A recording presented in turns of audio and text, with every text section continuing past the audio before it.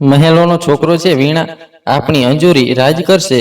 સમજો આવો છોકરો નસીબવાળાઓને જ મળે છે. મહેલોનો રાજા છે, અમેરિકા રિટર્ન છે, ભણેલો લખેલો સુંદર સુગડ. ના બુવાજી, પહેલા અંજુરીને તેનો કોર્સ પૂરો કરવા દો. તે પછી જ્યારે તે ઈચ્છશે ત્યારે હું તેના લગ્ન વિશે વિચારીશ. તું કઈ જીદ પકડીને બેઠી છે વીણા? 26 વર્ષની થઈ ગઈ છે તે. શું તને નથી સમજાતું કે આપણા સમાજમાં આ સ્વીકાર્ય નથી કે છોકરીની આટલી ઉંમર થાય અને તે કુંવારી બેસી રહે? તારા આ જ ગુણોને કારણે અંજુરીના લગ્ન નથી થયા. આખી જિંદગી તેને કુંવારી બેસાડી રાખવી છે. બસ એક જ ખામી છે આ રિશ્તામાં કે તેમને લગ્નની ઉતાવળ છે. બાકી તો આવો છોકરો દીવો લઈને શોધો તો પણ ન મળે.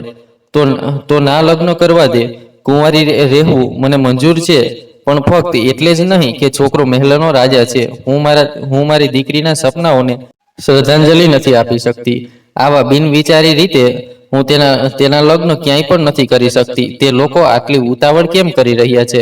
તેનું કોઈ તર્ક નથી. ના તારી પાસે, ના તેમની પાસે. જ્યાં સુધી હું સ્પષ્ટ નથી થતી કે બધું બરાબર છે, ત્યાં સુધી હું કંઈ નથી કહી શકતી. મને વિચારવા દે. તું બસ વિચારતી રહે અને છોકરો બીજે ક્યાંક લગ્ન કરી લેશે. તારા કારણે છોકરી કુંવારી જ બેસી રહેશે. બોલીને બુવાજી ઓરડામાંથી બહાર નીકળી ગયા અને પાછળ છોડી ગયા સવાલોથી ઘેરાયેલી વીણાને. સ્ટેરિંગ ચેર પર બેઠેલી વીણાના મન મગજમાં બુવાના શબ્દો ગૂંજતા હતા. તારા કારણે તે કુંવારી રહી જશે. વીણાએ પોતાના કાન બંધ કરી લીધા, પણ ગૂંજતો અવાજ ઓછો ન થયો. ઊભી થઈને પતિ રજનીશની તસવીર સામે ઊભી રહી તો તેની આંખોમાં એક આક્રોશ ઉતરી આવ્યો. તે આક્રોશ તેના પતિ માટે હતો, તેના નસીબ માટે, તેના માતા પિતા માટે કે તેમના માટે. તે આજે સુધી નક્કી નહોતી કરી શકી. તો ચાલો મિત્રો જાણીએ વીણાના ભૂતકાળ વિશે. ઘરમાં ગીતોની થાપ વચ્ચે લાલ લીલી રંગની બાંધણી સાડી પહેરીને ગોર પૂછતી વીણા આવનારા જીવનના સુખદ સપનાઓના સંસારને પણ પૂજી રહી હતી. વારફેર કરતા રિશ્તેદારોમાં મનમાં તેના નસીબ પર ઈર્ષ્યા કરતા થાકતા નહોતા. સાધારણ પરિવારમાં જન્મેલી સાધારણ પણ આકર્ષક વ્યક્તિત્વ ધરાવતી વીણાને જ્યારે રજનીશના પિતાએ એક રિશ્તેદાર ઘરે કાર્યક્રમમાં જોઈ તો તેની શાલીનતાથી મોહિત થઈને તેમણે આવતા મહિને જ લગ્નની તારીખ નક્કી કરાવી દીધી. કાલ સુધી પોતાની ગ્રેજ્યુએશનની ખુશી મનાવતી વીણાને સમજવાનો મોકો જ ન મળ્યો કે ક્યારે તેના હાથ ડિગ્રીની જગ્યાએ મહેંદી રચાઈ ગઈ. પોતાના માતા પિતાની ખુશીમાં જ તે પણ ખુશ થઈ ગઈ. એ વાતની પરવાહ કર્યા વિના કે આગળ ભણવાના તેના સપનાઓ અસ્પષ્ટ થઈ રહ્યા હતા. લગ્નનો દિવસ પણ આવી ગયો, જ્યાં આલિશાન બેન્ડ બાજાની વચ્ચે રજનીશ તેને પરણીને લઈ ગયો. તેના સુગંધી સંસારના સપનાઓને પૂર્ણ કરવા રજનીશ ઉચ્ચ ખાનદાનના રાય સાહેબ કુંવર માનસિંહનો એકમાત્ર પુત્ર હતો. ભણતરમાં અવ્વલ રજનીશે પોતાના પિતાનો ઉદ્યોગ ક્યારે સંભાળી લીધો એનો ખ્યાલ ખુદ કુંવર સાહેબને પણ ન આવ્યો. રજનીશની માતા કલાવતીજી પોતાના જવાન થતા દીકરાની લગ્ન પ્રત્યેની ઉદાસીનતા જોઈને દુઃખી થતા અને તેને માનવાનો દરેક સંભવ પ્રયાસ કરતા, પણ રજનીશ કંઈક ને કંઈક બહાનું બનાવીને હંમેશા ટાળી દેતો. પિતા તેની આ વાતને જવાબદારી સંભાળવાના ડર તરીકે સમજતા અને કલાવતીજીને થોડી ધીરજ રાખવાની સલાહ આપતા. પણ તે દિવસે લગ્નમાં વીણાને જોઈને કલાવતીજીએ જીદ પકડી લીધી કે રાય ખાનદાનની વહુ તો સીધી સાદી વીણા જ બનશે.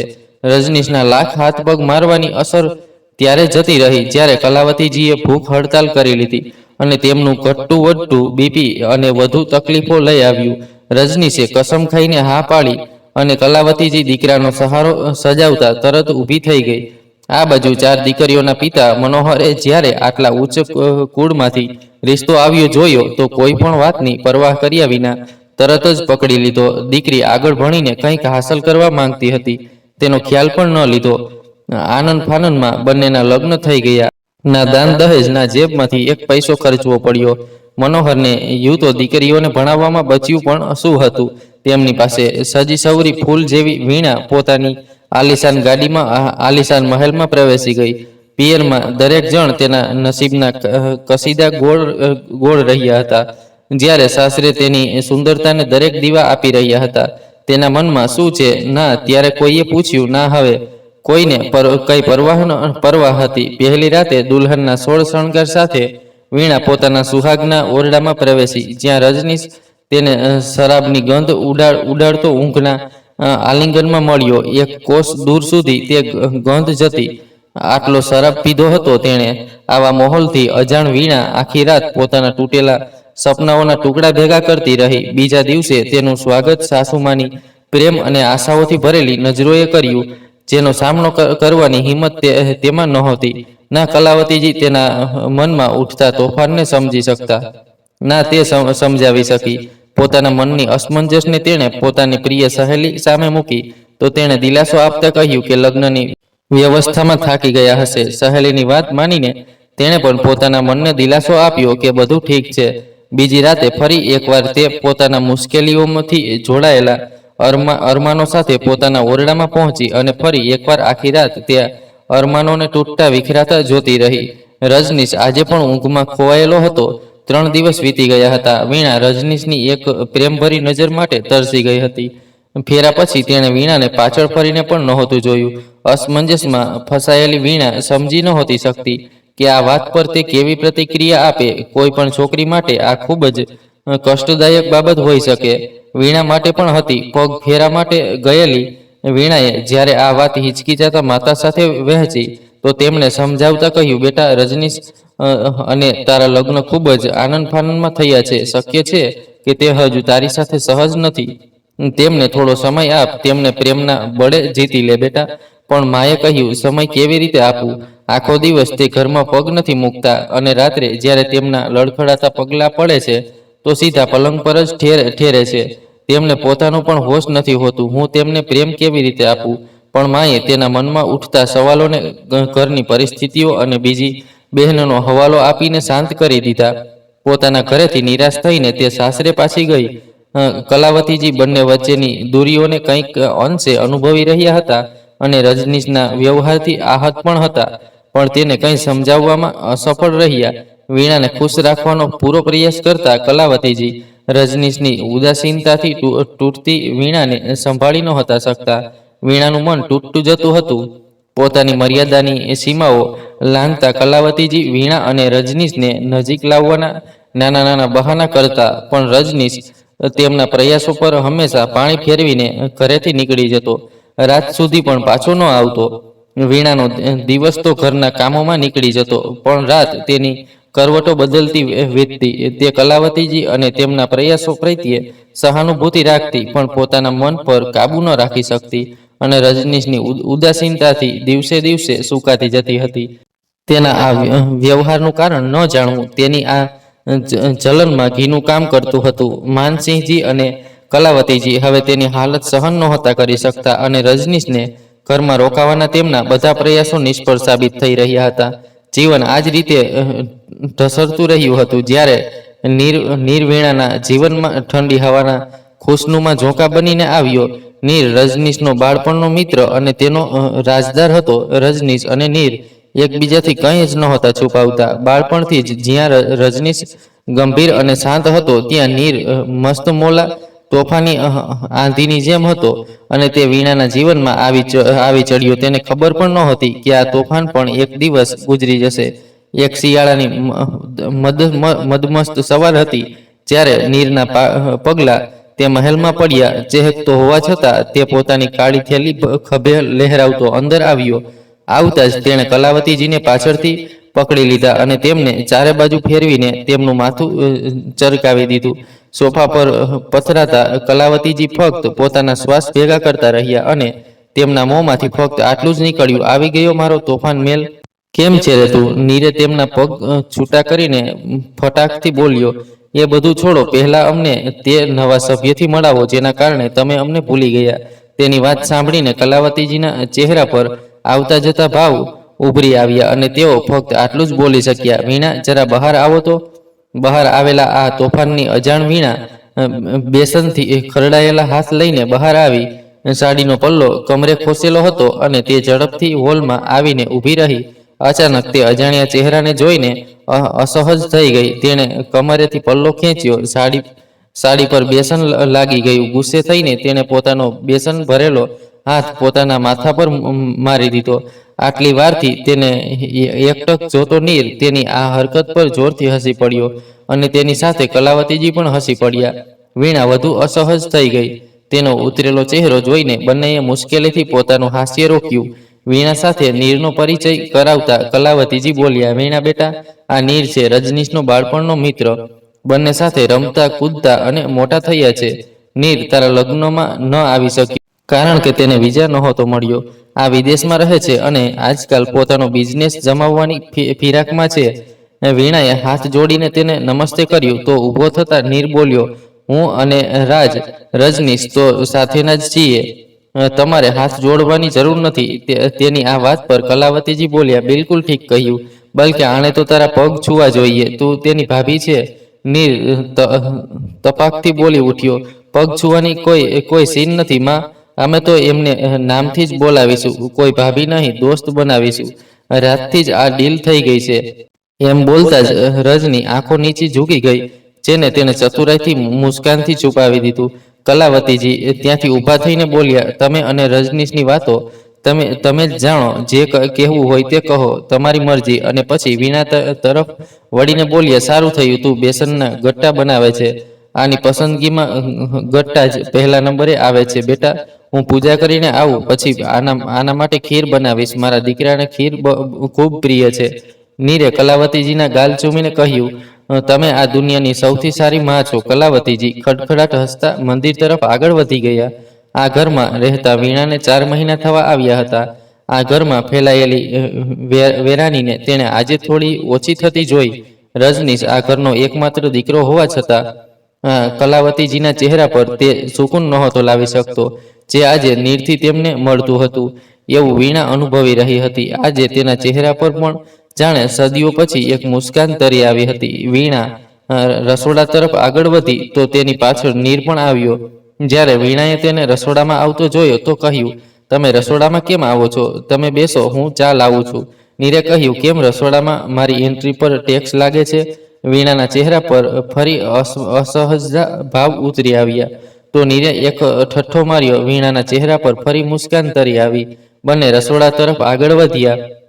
નીર સ્લેબ પર જઈને બેઠો અને વીણાએ ચા ચડાવી.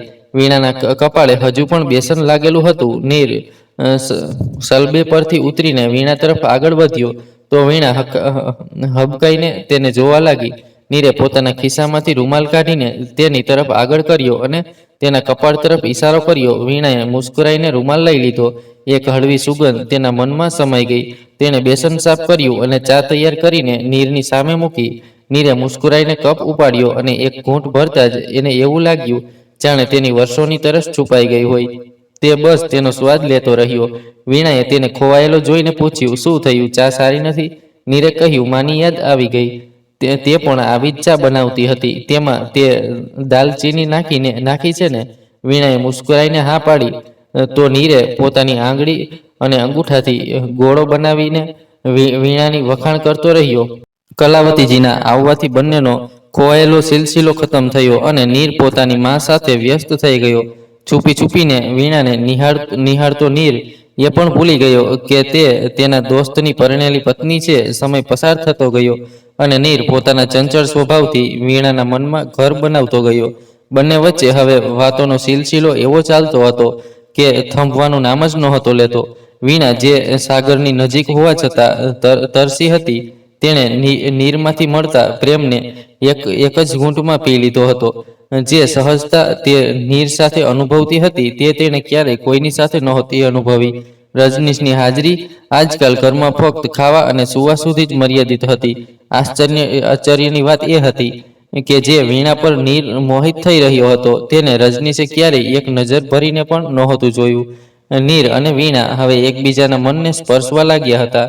જ્યારે રજનીશે તો હજુ વીણાને એક આંગળી પણ નહોતી લગાડી. નીર વીણાની અસહજતાને દૂર કરતો ક્યારે તેના મનમાં પ્રવેશવા લાગ્યો એ વીણા ન જાણી શકી, ન સમજી શકી. રજનીશની બેરૂખી તેને એટલી બધી દુખાવતી કે તે પોતાને નીરની નજીક જતા રોકી નહોતી શકતી. નીરની સાદગી રજનીશના અહંકાર પર ભારે પડતી. તેનો ભોળ પણ રજનીશના તીખા વ્યંગો જે તે ઘરના નોકરો અને કર્મચારીઓ પર કસતો તેના પર હાવી રહેતો. નીરની આંખોના ગમલામાં લાગેલી સચ્ચાઈના ખુશવાર છોડને વીણા હંમેશા રજનીશની આંખોના નાગફણી સાથે તોલતી. રજનીશનો પલ્લો નીરની સામે હંમેશા હળવો લાગતો. તે રજનીશને જોઈને આશ્ચર્યથી ભરાઈ જતી કે નીરની સંગતમાં રહેવા છતાં રજનીશ તેની જેમ ખીલી નહોતો શકતો. વીણા નીર તરફ અટક્યા વિના ખેંચાતી જતી હતી, જાણે કોઈ તેની ડોર પકડીને જબરજસ્તી નીર તરફ ખેંચી રહ્યું હોય અને તે કઠપૂતળીની જેમ નીરમાં સમાઈ જવા તૈયાર હતી. બીજી તરફ નીર પણ બધી મર્યાદાઓ તોડીને વીણા તરફ આગળ વધી રહ્યો હતો.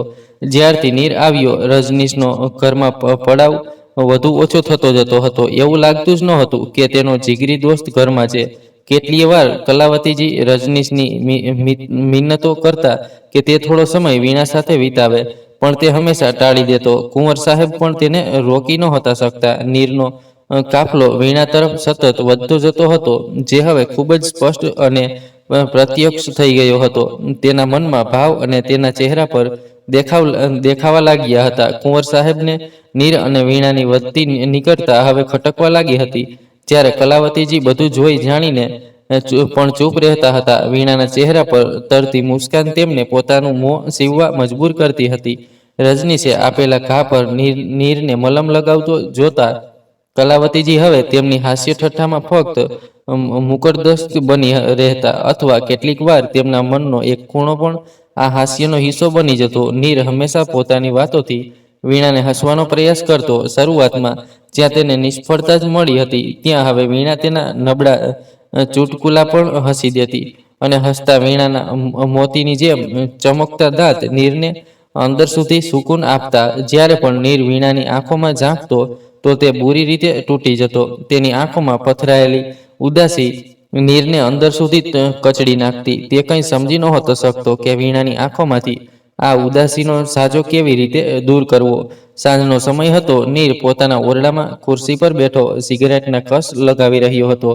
તેના હાથમાં એક ચેન હતી, જે તેની માતાની હતી. વીણા તેના કપમાં મૂકવા ઓરડામાં આવી તો તેને સિગરેટ પીતો જોયો. તમે સિગરેટ પીવો છો? ના, નહીં, હું નથી પીતો. નીરે હાથ પાછળ છુપાવતા કહ્યું. સિગરેટ પીવી એ આરોગ્ય માટે ખતરનાક છે. કદાચ તમે નથી સાંભળ્યું, વીણાએ કહ્યું. અરે, તો હું કહીશ કે અમને પણ તેનો પરિચય કરાવો, નીરે ઇતરાતા કહ્યું. ચાલો મારી સાથે. વીણાએ નીરને છત પર લઈ જતા તેની પાયલના ઝણઝણાટમાં ખોવાયેલો નીર આવી ગયો. સાંજનું સૂરજ જાણે વૃક્ષોની વચ્ચે ઓગળી રહ્યું હતું. તેની લાલી આકાશમાં એવી રીતે ફેલાઈ રહી હતી, જાણે આખો દિવસ થાકેલું માણસ પોતાની માતાનો આંચળ શોધતું હોય. ઠંડી ઠંડી હવા મીઠી સુગંધ લઈને પોતાના ચરમ પર હતી. એક અત્યંત શાંત અને ખુશનુમા માહોલ નીરની સામે હતો.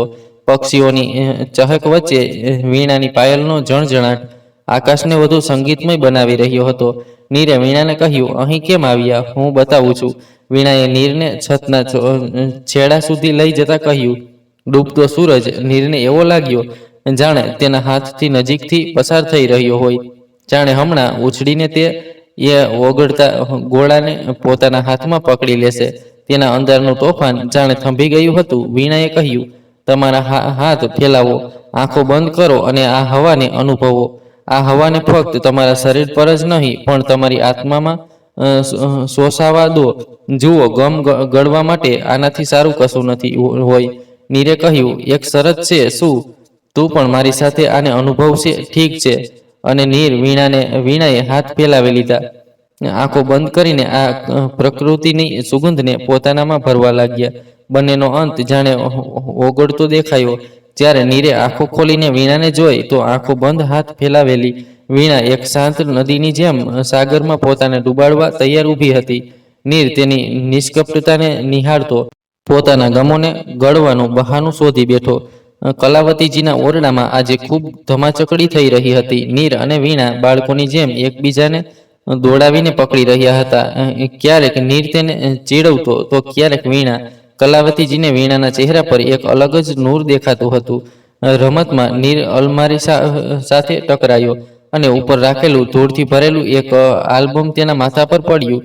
તેને ખોલીને જોયું તો તેમાં નીર અને રજનીશના બાળપણની કેટલીક તસવીરો હતી. નીર આલ્બમ ખોલીને બેસી ગયો અને એક એક તસવીર પર હાથ રાખીને જાણે યાદોના ઝરોખામાં ખોવાઈ ગયો. અચાનક તેની નજર આલ્બમમાં રાખેલી તેની માતાની તસવીર પર પડી, જેમાં કલાવતીજી પણ તેમની સાથે હતા. તેણે તે તસવીર પર હાથ રાખ્યો તો તેની આંખમાં એક આંસુ લડી આવ્યું, જેને ચપળતાથી છુપાવતા તે પાણીના બહાને રસોડામાં ચાલ્યો ગયો. તેના જતા રહ્યા પછી વીણાએ કલાવતીજીને સવાલભરી નજરે જોયું તો તેઓ બધું સમજી ગયા અને નીર વિશે જણાવવા લાગ્યા. નીર ગરીબ પરિવારનો છોકરો હતો, જે ભણવામાં ખૂબ હોશિયાર હતો. જે ગામમાં નીર રહેતો તે જ ગામમાં હતા કુંવર માનસિંહ. ઉદ્યોગ વધારતા પહેલા તેનો પાયો તેમણે તે ગામમાં જ નાખ્યો હતો. ગરીબ પરિવારના નીરની દોસ્તી શાહી પરિવારના રજનીશ સાથે કેવી રીતે અને કેમ થઈ એ કોઈ ન સમજી શક્યું. સમય સાથે તે એટલી ગાઢ થઈ ગઈ કે નીર અને તેનો પરિવાર પણ આ પરિવારનો હિસ્સો બની ગયો. કુંવર માનસિંહ ઉત્તમ ચારિત્ર્યના માણસ હતા. તેમણે ક્યારેય નીર અને રજનીશ વચ્ચે ભેદ ન રાખ્યો. નીરનું ભણતર રજનીશ સાથે વિદેશમાં કુંવર સાહેબના કારણે જ શક્ય બન્યું. જ્યારે નીર 13 વર્ષનો હતો ત્યારે તેના માતા પિતા સ્વર્ગ સિદ્ધ થયા. ત્યારથી કલાવતીજી અને કુંવર સાહેબે તેનો ઉછેર કર્યો. કુંવર સાહેબે ગામ છોડી દીધું અને અહીં શહેરમાં આવીને વસી ગયા અને અહીં જ પોતાનો વ્યવસાય શિખરે પહોંચાડ્યો. ભલે કલાવતીજી અને કુંવર સાહેબ નીર પર પ્રેમ વરસાવતા રહ્યા, પણ સમય પહેલા પરિપક્વ થયેલો નીર હંમેશા પોતાની મર્યાદામાં રહેવાનું પસંદ કરતો. આ શાહી મહેલમાં રહેતો હોવા છતાં તે સાદું જીવન જીવતો અને કલાવતીજી કુંવર સાહેબના પ્રેમને એહસાન તરીકે જ લેતો. ક્યાંક ને ક્યાંક આની પાછળ રજનીશનો બદલતો વ્યવહાર મુખ્ય કારણ હતો. જ્યારથી તેના માતા પિતાનો પ્રેમ બંટાયો, રજનીશ નીરને તેના તાણાથી વીંધવાના બહાના શોધતો. શરૂઆતથી જ બધા લાડ પ્યારનો એકમાત્ર માલિક રજનીશ તે પ્રેમમાં બીજા કોઈનો હિસ્સો સહન નહોતો કરી શકતો અને બગાહે પોતાનો ગુસ્સો નીર પર ઉતારતો. પણ પોતાની પરિસ્થિતિઓથી મજબૂર નીર હંમેશા તેના ગુસ્સાને શાંતિથી સહન કરતો અને પછી રજનીશના સારા મૂડમાં તે પોતાને માટે દોસ્તી અને પ્રેમ શોધી લેતો. રજનીશ પણ તેના પ્રત્યે લગાવ તો રાખતો જ હતો. ફક્ત પોતાના માતા પિતાનો પ્રેમ નીર સાથે વહેંચવો તેને દુખતો હતો. સદાય દર્દમાં રહેતો નીર ક્યારેય તે દર્દને પોતાની આંખો સુધી નહોતો લાવતો અને હંમેશા પોતાના ખાલીપણાને પોતાના નબળા ચૂટકુલા અને બેકાર હરકતોમાં છુપાવતો.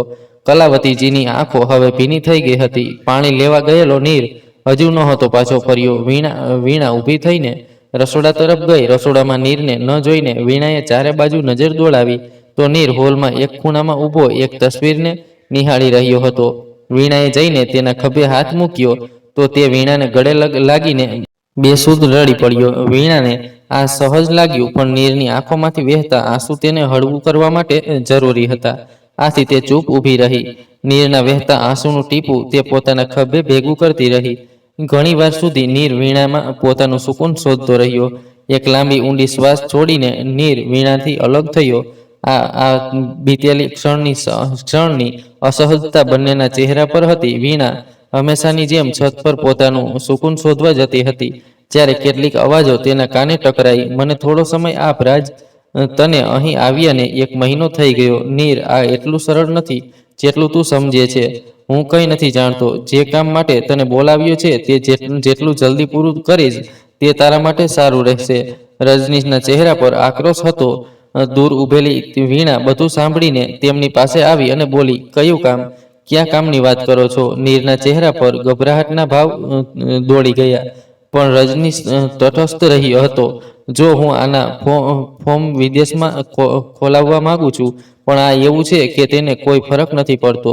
થોડું ગ્રાઉન્ડ વર્ક કરવા માટે આને અહીં બોલાવ્યો હતો, પણ આ તો જાણે બધું ભૂલી ગયો હોય. કામમાં તેનું બિલકુલ મન નથી. વીણાએ નીરને જોયું. એક ક્ષણ માટે તેને એવું લાગ્યું જાણે રજનીશના બોલેલા વાક્યો સાથે નીર સહમત નથી. નીરના ચહેરામાં ખોવાયેલી વીણા એ પણ નોંધી ન શકી કે આજે રજનીશે પહેલીવાર તેની સાથે ખુલીને કંઈક કહ્યું હતું. આજે પહેલીવાર તેના ચહેરા પર મુસ્કાન હતી. હવે બંને એકબીજાની હાજરીમાં સુકૂન શોધવા લાગ્યા હતા. વીણા હસતી તો નીર નિહાળ થઈ જતો અને વીણાનો ચહેરો થોડો પણ ઉદાસ થતો તો નીરની ધડકનો વધી જતી. રજનીશનું ઘરમાં આગમન હવે નહીવત થઈ ગયું હતું. કલાવતીજી ખૂબ પ્રયાસો કરતા પણ રજનીશના પગલાં ઘરમાં નહોતા રોકી શકતા. આમ આ બાજુ રજનીશની ગાહે બગાહેની હાજરીથી પણ બેખબર વીણા નીર અને તેના ખ્યાલોમાં જ ખોવાયેલી રહેતી. દરેક પળે તેના ચહેરા પર હવે એક મુસ્કાન દોડતી. તેના દૂર જવાના ખ્યાલથી જ વીણા કાંપી ઉઠતી. નીર વિઝિટર વિઝા પર હતો. તેને એકને એક દિવસે જવું જ પડવાનું હતું. આ ખ્યાલ જ વીણાને બેકાબૂ કરવા માટે પૂરતો હતો કે નીર તેને છોડી જશે. તેના મનમાં જે ભાવનાઓ ઘર કરી ગઈ હતી તેને કહેવું પણ તેને નાગવું હતું અને છુપાવી રાખવું પણ અશક્ય થઈ રહ્યું હતું. પોતાના ઓરડામાં એકલતાથી ઘેરાયેલી વીણા બસ પોતાના મનને મનાવતી રહેતી. એક મન કહેતું કે નીરને બધું કહી દે, તેની સાથે પંખી બનીને એ નીલા ગગનમાં ઉડી જા. બીજું મન કહેતું કે આ ખોટું છે, તે કોઈ બીજાની પરણેલી છે. પહેલું મન કહેતું કેવી પરણેલી, કોની પરણેલી, તે જેને ક્યારેય પાછળ ફરીને નથી જોયું કે તેની પાછળ કોઈ બંધાયેલી ચાલી આવી છે. બીજું મન કહેતું જે હોય તે તો તેની અર્ધાંગીની જ છે. ફેરાનો સાથ શું આવી રીતે જ તૂટી જાય છે? પોતાના મનમાં ગૂંચવાયેલી વીણા બેચેન થઈ ઉઠી. તેણે દરેક સંભવ પ્રયાસ કર્યો કે હવે નીરથી દૂરી રાખે, પણ જેવો જ નીરનો હસતો ચહેરો તેની સામે આવતો, તે ફરી બેકાબૂ થઈ જતી અને તેની સાથે ઊંડા સાગરમાં ગોતા ખાવા લાગતી. માં, હું કાલે ગામ જાઉં છું. તમને યાદ છે રામેશ્વર ચાચા? હા બેટા, યાદ છે. તેઓ કેમ છે? તેઓ ઠીક છે માં. તેમના સાંજેમાં આપણી એક જમીન હતી, તેને વેચવાના સંબંધમાં વાત થઈ હતી. મેં વિચાર્યું છે માં, હું તે જમીન ખરીદી લઉં. એ તો બહુ સારી વાત છે બેટા, પણ તું તેનું શું કરીશ? હવે ગામમાં શું રાખ્યું છે? માં, તે ગામમાં મારું બાળપણ રાખ્યું છે. મારી ખૂબ ઈચ્છા છે કે હું તે ગામમાં એક અનાથ આશ્રમ ખોલું. જે રીતે તમે લોકોએ મારું બાળપણ વેરાન થતા બચાવ્યું, તે જ રીતે હું જો કોઈ એક બાળકનું બાળપણ સાચવી શકું તો તે મારું સૌભાગ્ય રહેશે. માં, નીરે કહ્યું અને તેની આંખોમાંથી એક ટીપું વહી ગયું. અરે વાહ, આ તો બહુ સારો વિચાર છે બેટા. તારી આ ઈચ્છા પૂરી કરવામાં હું તારી સાથે છું. જે બની શકે તે કર. આ સપનું પૂરું કરવા માટે કલાવતીજીએ કહ્યું, માં, હજુ તો ફક્ત જમીન ખરીદવાના પૈસા જ મારી પાસે છે, પણ હું જલ્દી આને આગળ વધારીશ. કેવી વાત કરે છે? પૈસાની શું કમી છે? કલાવતીજીએ કહ્યું, પણ પછી પોતે જ અસહજ થઈ ગયા. તેમને ખબર હતી કે નીર માટે તેમના પૈસા કોઈ બોજથી ઓછા ન હતા. નીરનો ઝૂકેલો ચહેરો જોઈ તેઓ વધુ પરેશાન થયા અને ગેપ મટાડવા બોલ્યા, તો ગામ ક્યારે જઈશ? માં, કાલે જવાનું વિચાર્યું છે. જો શક્ય થયું તો કાલે જ ડીલ ફાઇનલ કરી નાખીશ. સાંભળ, વીણાને પણ સાથે લઈ જજે, તેનું મન પણ બદલાઈ જશે. ઓરડામાં આવતી વીણાએ આખરી વાર સાંભળ્યું અને બોલી, ક્યાં જવાનું છે માં? ગામ. નીર અમારા ગામ જાય છે, તું પણ ચાલી આવ. આ બહાને તું અમારું પૈતૃક ગામ પણ જોઈ લેશે અને કદાચ તને તે ગામની સુંદરતા ગમશે. વીણાએ માથું હલાવીને સહમતિ દર્શાવી અને નીરની ગરદન ઝૂકી ગઈ. ગામમાં પ્રવેશતા જ નીરની સામે તેનું બાળપણ તરી આવ્યું. નીલા ગગનમાં આઝાદ પંખીની જેમ ઉડવું, પછી ઈશ્વરીય વિધાનથી તેની પાંખો કપાઈ જવા સુધીનો સફર, અને એક રેલની જેમ તેની સામે ફરી ગયો. સ્ટીયરિંગ હાથમાં થામેલો નીર એટલો ખોવાયો કે તેનું ધ્યાન હટી ગયું અને ગાડી ખાડામાં જતા જતા બચી. વીણાએ ગભરાઈને નીરનો હાથ પકડી લીધો. ઝટકો ખાઈને નીર ગાડીમાંથી બહાર આવ્યો. ગાડીની હાલત તપાસવા અચાનક તેના ખભે એક હાથ પડ્યો. એ તેનો અને રજનીશનો બાળપણનો જીગરી દોસ્ત અમોલ હતો. નીરના ચહેરા પર ખુશીની લહેર દોડી ગઈ. બંને તૂટી પડીને એકબીજાને ગળે લાગ્યા. આટલામાં વીણા પણ બહાર આવી ગઈ. અમોલ આગળ વધીને વીણાના પગે લાગ્યો અને બોલ્યો, ભાભીજી પ્રણામ. વીણા સહજ થતા તેને પ્રણામ કર્યા અને એક પગલું પાછળ હટી ગઈ. અમોલે નીરના માથે એક ચપટી લગાવી અને બોલ્યો, સાલા તે અને રજનીશે બંનેએ લગ્ન કરી લીધા અને અમને બોલાવવાની તકલીફ પણ ન ઉઠાવી. પણ યાર, તારી પસંદગીની દાદ આપીશ. ભાભી બહુ સરસ છે. નીરને જાણે ઝટકો લાગ્યો. તરત સફાઈ આપતા બોલ્યો, આ મારી નથી, રજની પત્ની છે, શ્રીમતી વીણા. રજનીશ સિંહ. વીણાના કાનમાં આ શબ્દો ગુંજી ઉઠ્યા. શ્રીમતી વીણા રજનીશ સિંહ. નીર પોતાના ઘર તરફ આગળ વધ્યો અને કઠપૂતળીની જેમ વીણા પર તેની પાછળ ચાલી. બંને વચ્ચે એક અજીબ ચૂપકી હતી. કદાચ કોઈ વાક્ય શોર મચાવી રહ્યું હતું. પોતાના ઘરમાં પ્રવેશતા જ જાણે એક સુખદ ઠંડી હવાનો ઝોંકો નીરના ચહેરા સાથે ટકરાયો. આ તેની જીદ હતી, જેણે આજ સુધી આ મકાનને ઘર બનાવી રાખ્યું હતું. ગામ છોડી દેવા પછી, જ્યાં એક તરફ કુંવર સાહેબે પોતાની સંપત્તિ વેચવી વધુ યોગ્ય સમજી, ત્યાં બીજી તરફ પોતાની નાનકડી સંપત્તિના એકમાત્ર માલિક. નીરે તેને યાદોના ઝરોખાની જેમ સાચવવું યોગ્ય સમજ્યું. તેની જીદ આગળ ઘૂંટણે ટેકતા કુંવર સાહેબે તે મકાનને તેના ચાચા રામેશ્વરની દેખરેખમાં છોડી દીધું હતું. ગાહે બગાહે નીર આ ગલીઓના ફેરા લગાવતો હતો, જેથી ચાચા ચાચી પર બોજ ન બને. આથી જ કુંવર સાહેબ તેને પોતાની સાથે લઈ ગયા હતા. પણ દોરી તોડવી શું એટલી સરળ હોય છે? વિદેશ જવા પહેલા પણ નીર આખરી વાર પોતાના ઘરની માટી ભેગી કરવા આવ્યો હતો. હંમેશા હસતો ખીલતો નીર આ જગ્યાએ આવતા જ તેના આંસુ અનાયાસ વહેતા, જેને તે ક્યારેય છુપાવવાનો પ્રયાસ પણ નહોતો કરતો. આખરે આ ઘરનો તેના પર એટલો હક તો હતો જ. ચાચીએ ખૂબ જોરશોરથી તેનું સ્વાગત કર્યું. નાનું પણ સુસજ્જિત કરીને ગોઠવાયેલું ઘર હતું, જે ક્યારેક તેનું હતું. વીણાને ચાચા ચાચીએ પણ એ જ સમજી જે અમોલે સમજી હતી. જ્યારે વીણા તેમના પગે લાગવા નીચે નમી, તો ચાચીએ તેને ઠપકો આપતા કહ્યું, છી, એકલાના પગ નથી છુવાતા, આવ જોડેના પગ છું. પછી બંનેના ચહેરા પર એક ઝેંપ છવાઈ ગઈ. થોભો ઊભો થતા નીર બોલ્યો, ચાચી, આ મારી પત્ની નથી, રજનીની છે. ચાચીએ પોતાની ભૂલનો અહેસાસ થયો તો એક ફીકી મુસ્કાન સાથે તે વીણાની દાઢીને પંપાળતા બોલ્યા, કેવું સોનું નસીબ પામ્યું છે અમારા રાજે. હંમેશની જેમ આ બાબતે પણ તેની સૌથી ઉત્તમ મળ્યું.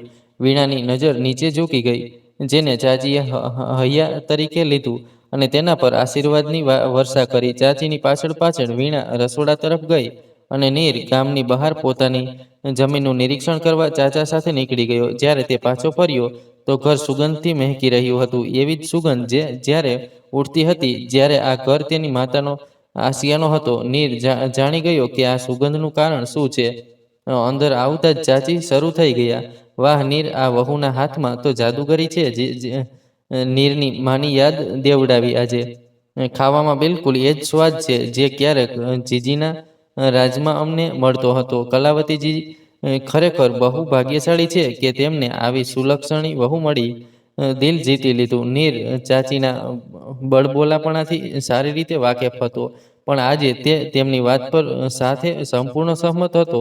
મુસ્કુરાતા બધા ખાવા બેઠા અને જેવો અંદાજો હતો, નીર આજે પોતાની આંગળીઓ પણ ખાઈ જવા તૈયાર હતો. યું તો તે ઘણા દિવસોથી વીણાના હાથનો સ્વાદ ચાખી રહ્યો હતો, પણ આજે વાત કંઈક અલગ જ હતી. ચાચા ચાચી સાથે ખૂબ વાતો કરીને નીરે વીણાને નીર સાથે સૂવાનું કહીને છત પર ચડી ગયો. જૂના દિવસોની યાદોને તાજી કરવાનું બહાનું આનાથી સારું શું હોઈ શકે. નીર છત પર બેઠો હાથમાં સિગરેટ લઈને પોતાનું દિલ બાળી રહ્યો હતો. કંઈક એવું હતું જે તેને અંદરથી દુખાવી રહ્યું હતું. કંઈક એવું હતું જે સપનાઓ પૂરા થવાની રાહ જોઈ રહ્યું હતું. તેની આંખો તેના ઘરેથી દેખાતી શાળાની ઇમારત પર ટકેલી હતી, જ્યાં તેણે અને રજનીશે પોતાનું બાળપણનું શિક્ષણ મેળવ્યું હતું. શું હતા એ બંને અને આજે શું થઈ ગયા? સિગારેટ પીવી એ આરોગ્ય માટે હાનિકારક છે. વીણાના ખતરનાક અવાજે નીરને જાણે ઝટકો આપ્યો. શું કરું? ગમ ગળવા માટે આજે ઢળતો સૂરજ નથી. આ હવા છે, આ સમા છે, અને હું પણ તો છું. નજીક બેઠેલી વીણાએ આખરી શબ્દો કહ્યા. નીરે તેને અજીબ નજરે જોયું. વીણા એક ક્ષણ માટે અસહજ થઈ ગઈ. પછી તેનું ધ્યાન નીરની વહેતી આંખો પર ગયું. વીણાએ જાણે બધું ભૂલીને નીરનો હાથ પકડી લીધો. નીરની પકડ પણ તેના હાથ પર મજબૂત થઈ ગઈ. શું થયું? કંઈ નહીં. માની યાદ આવે છે. નીરે ચૂપચાપ ગરદન હલાવી. આ ક્ષણે તે કોઈ નિષ્કપટ બાળકની જેમ નિર્દોષ લાગી રહ્યો હતો. વીણાએ તેણે મુસ્કરાઈને જોયું અને કહ્યું, એ દૂર ચમકતો તારો દેખાય છે? નીરે હા પાડી તો વીણાએ આગળ કહ્યું, એ તારી માં છે. જો તને જોઈ રહી છે, તને લાડ લડાવી રહી છે, અને તું એવો છે કે આંખોના આંસુઓથી તેમના લાડને પણ ઝાંખો કરી રહ્યો છે. નીરે નજર નીચી રાખી. વીણાને જેટલું તે જાણતો ગયો તે તેને એક સાફ અને સુલઝેલી સ્ત્રી લાગવા લાગી. એવી જેને ચાહવું દિલ થાય, જેની સાથે મન લગાવવાનું દિલ થાય. તું માને પાછી નથી લાવી શકતો, પણ તારી ખુશીઓથી તેમનો દામન જરૂર ભરી શકે છે. પ્રયાસ તો કરી જ શકે છે. આ ચેન તેમની છે ને? નીરે હા પાડી. તને નથી લાગતું કે જ્યારે આ તારા આંસુઓથી ભીંજાતી હશે તો માના મન પર પણ કેટલાક ટીપા પડતા હશે? નીરે તેને જોયું. કેટલીક પ્યારી લાગી રહી હતી. વીણાની વાતો તેના ઘા પર મલમ જેવી લાગી રહી હતી. નીરે વીણા સાથે વાત કરતા પોતાની યોજના સાથે જોડાયેલી બધી વાતો તેને કહી. માતાના ઉલ્લેખથી શરૂ થયેલી વાતોનો સિલસિલો બાળપણની ગલીઓમાંથી પસાર થતો યુવાનીના ઉંબરે અડતો વિદેશની સફર કરતો આખરે વીણાનું નીરના ખભે ઝૂકીને ફલકને ઝુકાવવામાં સમાપ્ત થયું. નીરે જાણે આ ક્ષણના દોરને મજબૂતીથી પકડી લીધો. વીણાને સાથે લઈને તે સપનાઓથી આગળ નીકળી ગયો હતો. નિષ્કપટ વીણાને નિહાળતો તે ક્યારેક તેને અને ક્યારેક એ વિશાળ ગગનને જોતો હતો. બંનેમાંથી કોણ વધુ આકર્ષક છે તે નક્કી નહોતો કરી શકતો. તેનો હાથ ક્યારે વીણાના વાળ સુધી પહોંચ્યો તે ન સમજી શક્યો. તેના સ્પર્શથી વીણા અચાનક જાગી ઉઠી. એકબીજાની સામે બે દિલ ધડકી રહ્યા હતા. નીર અને વીણા વચ્ચેનું અંતર હવે ઘટી રહ્યું હતું. કાંપતા હોઠ હવે મળવા જતા હતા. ત્યારે નીરના કાનમાં તેનો જ અવાજ ગુંજી ઉઠ્યો, આ છે શ્રીમતી વીણા રજનીશસિંહ. નીર એકદમ ઊભો થઈ ગયો. તેના અને વીણાના ચહેરા પર જાણે ફટકાર વરસી રહી હતી. પોતાના વાળ સંભાળતી વીણા પણ ઊભી થઈ અને પોતાની હાજરીને શક્ય તેટલી ભેગી કરીને નીચે ચાલી ગઈ. તેનો પ્રયાસ એ જ હતો કે પાછળ કોઈ નિશાન ન છોડે, પણ કદાચ તેને પોતાનું દિલ કોઈ બીજાના સીનામાં ધડકવા માટે છોડી દીધું હતું. વીણાના જવા પછી નીર ઘૂંટણે બેસી ગયો. તેની માતાને ચેન હવે ફરી ભીંજાઈ ચૂકી હતી. બીજા દિવસે સવારે નીરે ગામની જમીનની વાત નક્કી કરી વીણા સાથે શહેર તરફ નીકળી ગયો. આખા રસ્તે બંને વચ્ચે ચૂપકી હતી. સામાન્ય રીતે નીર કોઈને કોઈ ગીત ગણગણતો ડ્રાઈવ કરતો, પણ આજે તેના હોઠ જાણે કોઈએ સીવી દીધા હતા. વીણા પણ એક ખૂણો પકડી ચૂપ બેઠી હતી અને ગાડી સાથે ચાલતા રસ્તાને ઘૂરી રહી હતી. દરેક રસ્તાની એક મંજિલ દેખાતી હતી. બસ તેની મંજિલ ક્યાં ગુમ થઈ ગઈ હતી એ જ ખબર નહોતી. બેખયાલીમાં તેનો દુપટ્ટો ગાડીના ગિયર પર અટવાયો. નીરને જાણે ગુસ્સો ઠાલવવાનું બહાનું મળી ગયું. તેણે વીણા પર જોરથી બૂમ પાડી, પોતાની વસ્તુઓ, પોતાનો સામાન કાબૂમાં રાખ અને જો શક્ય હોય તો પોતાને પણ. વીણાને જાણે કોઈ ઝેરી જીવડાએ ડંખ માર્યો હોય. તેણે પોતાનો દુપટ્ટો ખેંચી લીધો અને ફરી બહાર જોવા લાગી. આ વખતે સાથે ચાલતો રસ્તો થોડો ઝાંખો લાગ્યો. નીરના ચહેરા પર રાતનો આક્રોશ સ્પષ્ટ દેખાતો હતો અને વીણા બસ રાતે છત પર ગયેલા કારણને શોધવામાં લાગી હતી. ઘરે પહોંચતા જ રજનીશે નીરને ઘેરી લીધો. કલાવતીજીના ખાવાના આગ્રહને નકારી રજનીશ નીરને ઓરડામાં લઈ ગયો. વીણાના ચહેરાની ઉડેલી રંગત તેની હાલત બયાન કરવા પૂરતી હતી. કલાવતીજીએ તેને પૂછ્યું, બધું ઠીક છે ને બેટા? વીણા જાણે રાતથી એક ઝટકે આજમાં ફેંકાઈ ગઈ હોય, ખોવાયેલી બોલી, ઠીક છું માં, બધું ઠીક છે. કલાવતીજીને શંકા થઈ તો તે ફરી બોલ્યા, બેટા તારા ચહેરાથી તો એવું નથી લાગતું કે તું ઠીક છે. વીણાએ રાતે ઊંઘ ન આવવાનું બહાનું આપીને પોતાના ઓરડા તરફ આગળ વધી. કલાવતીજી શંકામાં તેને જતી જોતા રહ્યા. આ બધું શું છે નીર? આટલો સારો મોકો હતો તારી પાસે. મારાથી આ નહીં થાય રાજ. શું બકવાસ કરે છે? તારાથી નહીં થાય તો કોનાથી થશે? હું કંઈ નથી જાણતો. તારે આ કરવું જ પડશે રાજ. સમજ, હું મારી જ નજરમાં તારો ઇમોશનલ ડ્રામા તારી પાસે રાખ. તું કદાચ ભૂલી ગયો છે કે આ ઘરે તારા માટે કેટલું કર્યું છે. મેં તારા માટે કેટલું કર્યું છે. બધું ભૂલી ગયો છે તું? હું કાંઈ નથી ભૂલ્યો રાજ, બધું યાદ છે. જો તને બધું યાદ છે તો પછી જે કહેવામાં આવે છે તે કર. રજનીશનો ગુસ્સો થોડો શાંત થયો તો તેણે અવાજ નરમ કરીને કહ્યું, યકીન માન નીર, આમાં આપણા બધાનો ભલો છે. નીર નજર નીચે નાખીને બહાર આવી ગયો. કપડાં બદલીને પાછી આવતી વીણા સાથે નીર ટકરાયો. વીણા કંઈ બોલે તે પહેલા નીર ત્યાંથી નીકળી ગયો. તેના જતા જતા વીણાએ તેની આંખોમાં નમી જોઈ વીણા બેચેન થઈ ઉઠી. તેણે ઓરડામાં ડોક્યું કરી જોયું તો અંદર રજનીશ હતો. તે સમજી નહોતી શકતી કે રજનીશે નીરને એવું શું કહ્યું કે તેની આંખોમાં નમી આવી. વિચારતી તે નીચે ચાલી આવી. નીચે આવીને વીણા કલાવતીજી સાથે કામમાં લાગી ગઈ. ખાવાનો સમય થઈ ગયો પણ ન તો નીર નીચે આવ્યો ન રજનીશ. કલાવતીજીએ વીણાને નીરને બોલાવવા મોકલી અને પોતે રજનીશને લેવા ગયા. વીણા નીરના ઓરડામાં પહોંચી પણ ત્યાં કોઈ નહોતું. તેણે ચારે બાજુ જોયું પણ નીર ક્યાંય નજરે ન પડ્યો. તે નીચે પાછી આવી. રજનીશ ટેબલ પર બેસીને ખાતો હતો. તેણે કલાવતીજીને કહ્યું કે નીર નથી તો તેના ચહેરા પર તેની બેચેની સ્પષ્ટ દેખાતી હતી. નીરની આંખોના આંસુ તેને વારંવાર પરેશાન કરી રહ્યા હતા. રજનીશને આરામથી ખાતો જોઈ તે વધુ બળી ગઈ. કલાવતીજી પણ પરેશાન થતા બોલ્યા, અરે આવું કેવી રીતે? ક્યાંય નથી મળતો. અત્યારે તો ઉપર જ હતો. બતાવ્યા વિના ક્યાં ચાલ્યો ગયો? પછી રજનીશ તરફ વળીને બોલ્યા, રાજ, તે તો તારી સાથે જ ગયો હતો ને ઉપર? તને ખબર છે કે તે ક્યાં છે? રજનીશે ના પાડી અને કહ્યું, ના માં, મને તો કંઈક બતાવીને નથી ગયો. કામના સંબંધમાં ગયો હશે. પરસો સવારે તેની ફ્લાઇટ છે, તેને જતા પહેલા બધું સેટ પણ તો કરવું છે. તેની નજર વીણા પર પડી, જ્યાં નીરના જવાના સમાચાર સાંભળીને તેનો ચહેરો ઉતરી ગયો હતો. કલાવતીજી પણ આશ્ચર્યથી બોલ્યા, 2 દિવસ પછી જઈ રહ્યો છે અને તમે લોકોએ મને બતાવ્યું પણ જરૂરી નથી સમજ્યું? રજનીશ બોલ્યો, માં, તેને તો જવું જ હતું. મને લાગ્યું કે તમને ખબર હશે કે તે ક્યારે પાછો જશે. કલાવતીજીએ હળવા રોષથી તેણે જોયું અને પછી વીણા તરફ વળીને બોલ્યા, તું પણ ખાઈ લે બેટા.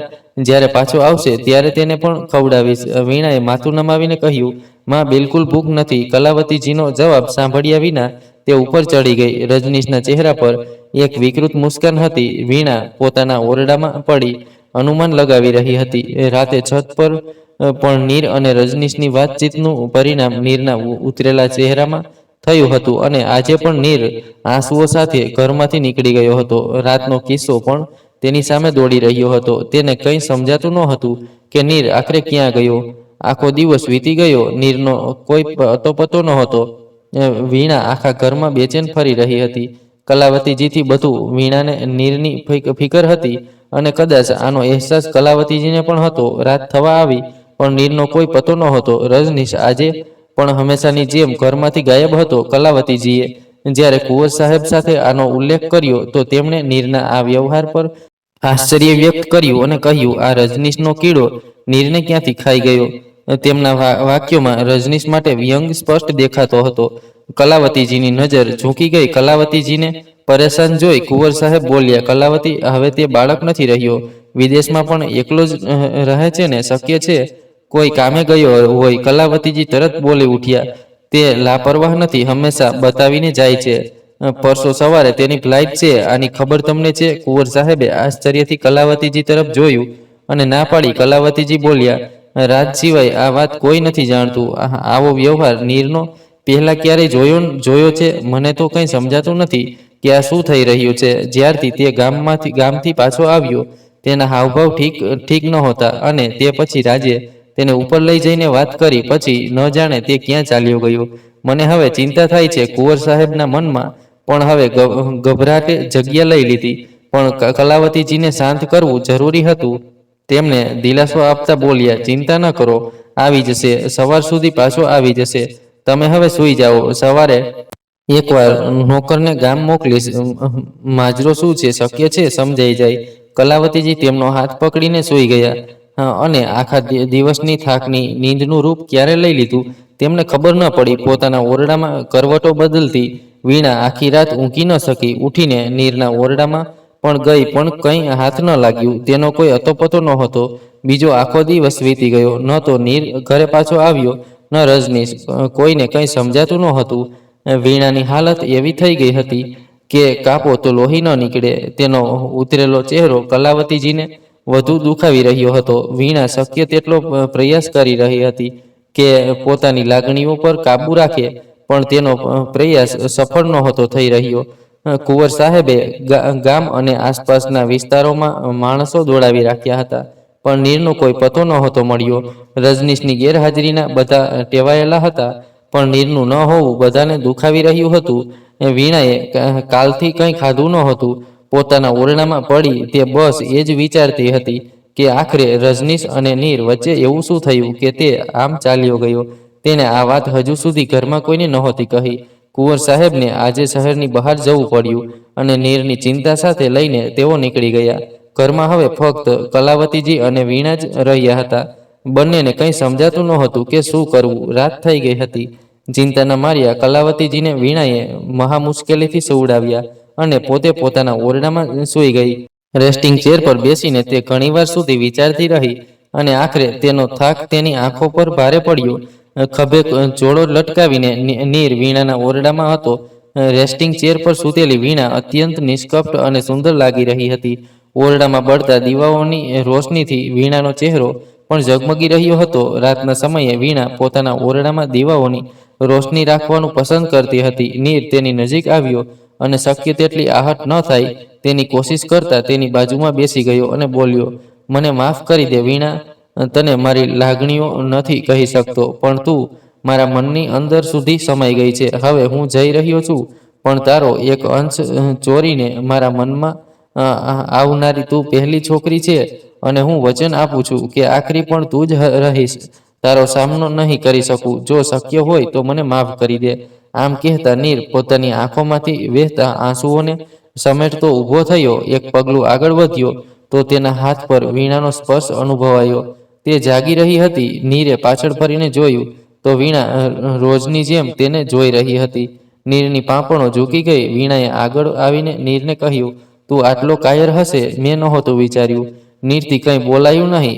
વીણા એક પગલું આગળ વધી અને નીરનું કોલર પકડીને બોલી, મારા મનમાં સમાઈ જવાથી પહેલા મારી પરવાનગી નહીં લઈશ નીર?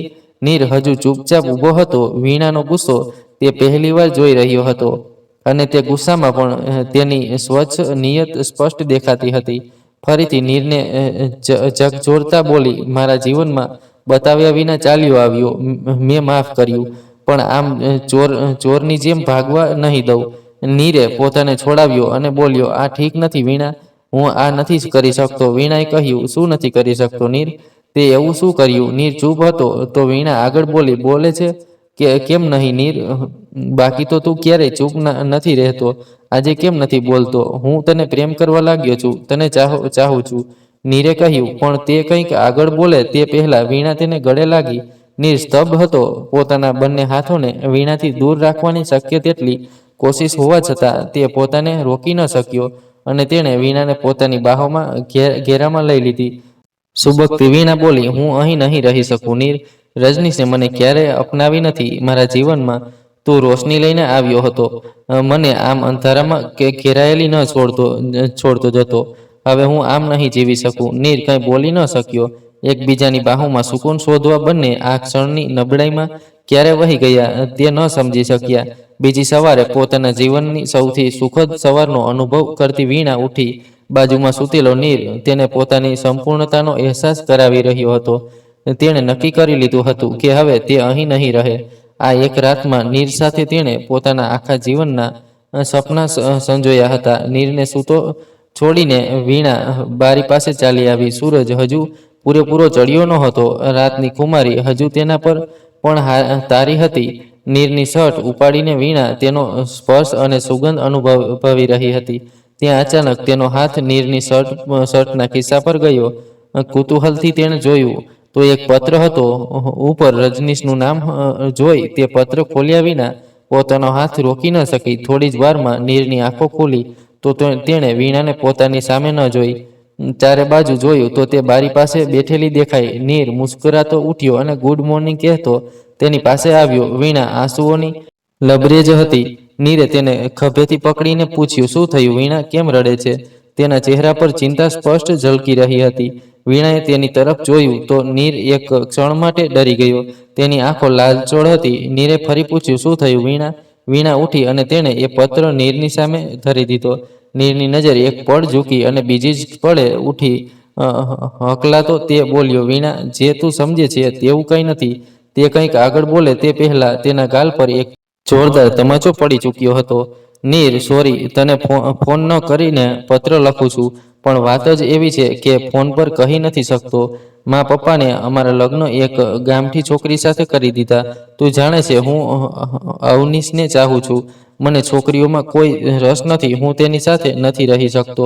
અવનીશ પણ મને ખૂબ ચાહે છે. પપ્પાને કહ્યું હતું, પણ જ્યારે હું છોકરીઓ સાથે આરામદાયક નથી લાગતો તો લગ્ન કેવી રીતે નિભાવીશ? પણ ના, પપ્પાને આ વાત સમજાય નહીં. આ ભારત પણ ને પાછળ રહ્યું છે, હંમેશા પાછળ જ રહેશે. અવનીશ સાથે હું ત્યાં કેટલો ખુશ હતો, પણ ના, પપ્પાએ મને પાછો બોલાવ્યો. ઉપરથી માં ભૂખ હડતાલ પર બેસી ગઈ. મેં પપ્પાને ઘણું સમજાવ્યું, પણ તેઓ ન માન્યા. ઉલટું મને જાયદાદમાંથી બેદખલ કરવાની વાત કરવા લાગ્યા. મજબૂરીમાં મારે લગ્ન કરવા પડ્યા. તું સમજે છે ને? હવે યાર, હું એ છોકરી સાથે નહીં રહી શકતો. તેને છોડવાનું વિચારું તો પપ્પાનો સમાજનો રડવું ફલાણું ઢીમકાણું. આ દરમિયાન મેં અને અવનીશે એક યોજના બનાવી છે. જો તું મારો સાથ આપે તો અમે આ છોકરીથી છુટકારો મેળવી શકીશું, અને જો તે મને નહીં છોડે, બસ એક ખૂણામાં ચૂપચાપ પડી રહે, તો એથી પણ સારું. પપ્પાની સમાજની સમસ્યાઓથી હું બચી જઈશ. તારે વીણા સાથે પ્રેમનું નાટક કરવું પડશે, તેને એટલું અનુભવ કરાવવું પડશે કે તે તારાથી દૂર ન રહી શકે. તારે તેની સાથે શારીરિક સંબંધ બનાવવો પડશે અને પછી તેને છોડીને દૂર ક્યાંક ચાલ્યું જવું પડશે. હું જાણું છું હું ખોટું કરું છું, પણ હું અવનીશને ખૂબ ચાહું છું યાર, અને આ કામમાં ફક્ત તું જ મારી મદદ કરી શકે છે. હું વચન આપું છું, તારી બધી સમસ્યાઓ હું હલ કરીશ, તારો બિઝનેસ સેટ કરવામાં તારી મદદ કરીશ. ભાઈ, તારે આ મારા માટે કરવું જ પડશે. તું કહેતો હતો કે આ ઘરે તારા માટે ઘણું કર્યું છે. આજે તારી પાસે મોકો છે કે તું આ ઘર માટે કંઈક કરે. હું ભારતીય છોકરીઓને સારી રીતે જાણું છું. એકવાર તે તારી સાથે તો આખી જિંદગી ગિલ્ટીમાં જીવશે. ઉપરથી હું તેને ગિલ્ટીમાં જીવવા માટે વધુ ફોર્સ કરીશ. મારું વર્તન એટલું સારું કરી દઈશ કે તે તૂટી જશે. આ ભારતીય છોકરીઓનું કેરેક્ટર બહુ પ્યારું હોય છે ભાઈ.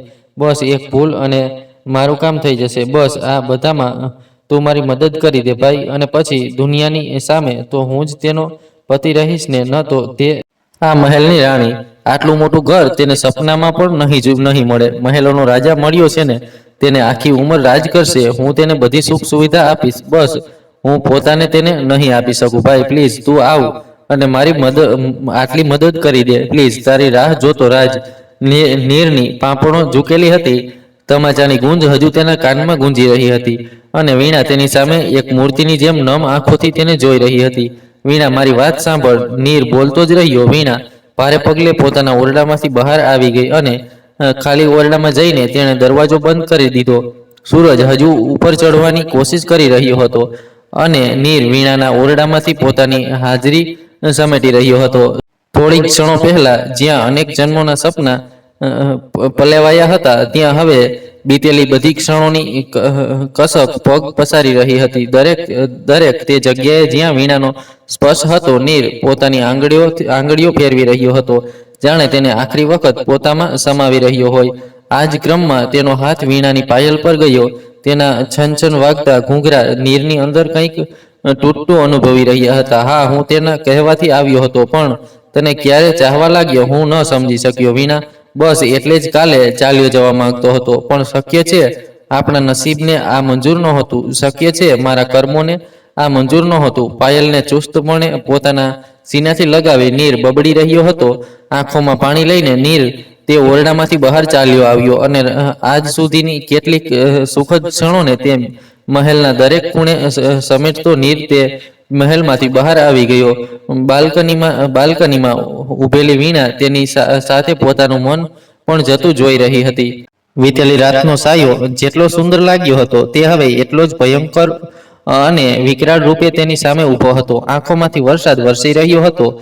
ચોકઠાને હાથથી દબાવતી વીણા હવે સુમનના જતા નીરને જોઈ રહી હતી, અને સાથે જ જોઈ રહી હતી પોતાના તૂટેલા વિશ્વાસ, અધૂરા પ્રેમ અને ખંડિત સતીત્વને. સૂરજ આકાશમાં ચડી આવ્યો હતો.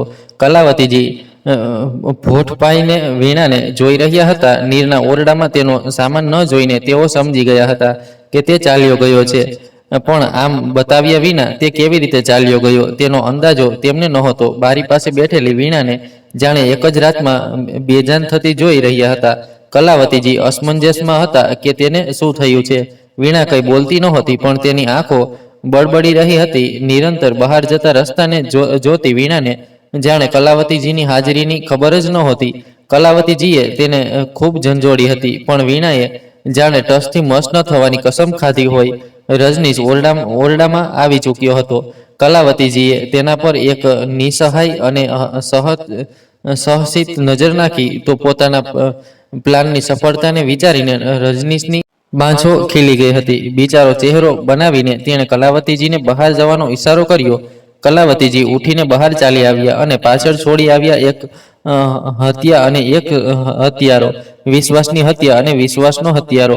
રજનીશે જેવો વીણાને ખભેથી સ્પર્શ કર્યો. પોતાનું નાટક શરૂ કરવા માટે વીણાએ પોતાની મુઠ્ઠીમાં દબાવેલો પત્ર તેની સામે ધરી દીધો. એક ક્ષણ માટે રજનીશ સ્તબ્ધ થઈ ગયો. તેની પરેશાની પર પસીનાના બે ટીપા લહેરાઈ ગયા, પણ પછી પોતાને સંભાળતો તે ઊભો થયો. શેરની ઝડપથી વીણા તેના પર ઝપટી અને તેના સીનાને પાછળ ધકેલતા બોલી, કેમ કેમ કર્યું આ બધું? કેમ આ રમત રમી મારી સાથે? પોતાની અય્યાસીઓ છુપાવવા માટે મારો ઉપયોગ કર્યો કેમ? રજનીશને કંઈ સમજાયું નહીં કે આ પરિસ્થિતિને કેવી રીતે સંભાળવી. વીણા ફાટતા બોલી, હવે જો હું શું કરું છું? તે મારી સાથે જે પણ કર્યું તેનું પરિણામ તારે ભોગવવું જ પડશે. લોકો પણ જાણે કે તું કેવા નીચ શ્રેણીનો કમીનો છે. શું કરીશ? રજનીશ જાણે હોશમાં આવતા બોલ્યો, સૌથી પહેલા તો હું પપ્પાને પૂછીશ કે મારી સાથે આવું કેમ કર્યું. બધું જાણતા હોવા છતાં મને ખાઈમાં કેમ ધકેલી? શું દોસ્ત હતો મારો જેણે મને આટલો મોટો દગો આપ્યો? તે પછી તારી સચ્ચાઈ હું દુનિયા સામે લાવીશ. તે કેવી રીતે આ રમત રચી મારી સાથે? વીણા જાણે પોતાની ધૂનમાં બોલતી જતી હતી. તેણે ન જોયું કે રજનીશના ચહેરા પર કેટલા વિકૃત ભાવ આવી ચૂક્યા હતા. અને તે જે કર્યું તે કેવી રીતે કહીશ? મેં શું કર્યું છે? ગઈ રાતે તું કોઈ બીજા પુરુષ સાથે તારો બિછાનું વહેંચી ચૂકી છે. બોલતા બોલતા જાણે તેની જીભને લકવો મારી ગયો હતો. તેની નજર ઝૂકી ગઈ. પરિસ્થિતિને કાબૂમાં આવતી જોઈ રજનીશે પોતાનો આગળનો પત્તો ફેંક્યો. નીરે કે મેં તારી સાથે કોઈ જબરદસ્તી નથી કરી. વીણા, તો પ્લીઝ આ સતી સાવિત્રી બનવાનો ઢોંગ બંધ કર. તે પોતાની મરજીથી મને દગો આપીને નીર સાથે જોડાણ કર્યું. હા, હું માનું છું કે મેં જ નીરને તારી સાથે આવું કરવા કહ્યું હતું, પણ હું બીજું શું કરું? પપ્પાએ મને મજબૂર કર્યો આવું કરવા. અવનીશ અને હું સાથે ખુશ છીએ. મને તારામાં કોઈ રસ નથી. વીણા મોઢું ફાડીને તેને જોઈ રહી હતી, જાણે સમજાવવાનો પ્રયાસ કરી રહી હોય કે એ અસલી દોસ્ત કોનો છે. તેનો જેણે લાગણીઓમાં વહીને પોતાની સીમાઓ ઓળંગી, કે તેનો જેણે પોતાનો સ્વાર્થ સાધવા માટે તેની લાગણીઓની જ મજાક ઉડાવી. વીણાની આંખોમાંથી આંસુઓનો ભાવ વધુ તીવ્ર થતો જતો હતો.